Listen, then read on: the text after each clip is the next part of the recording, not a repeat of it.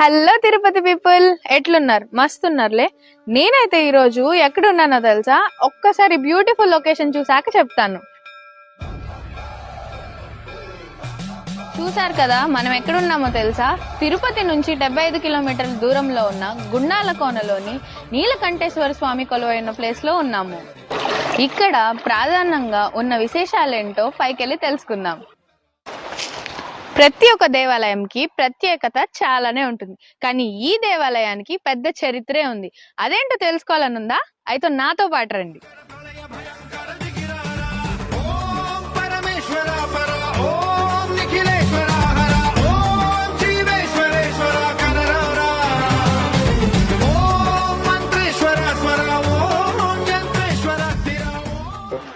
చూసారు కదా ఈ గుడిలో ఎంత అద్భుతంగా ఆరాధనలు అయితే జరుగుతున్నాయో.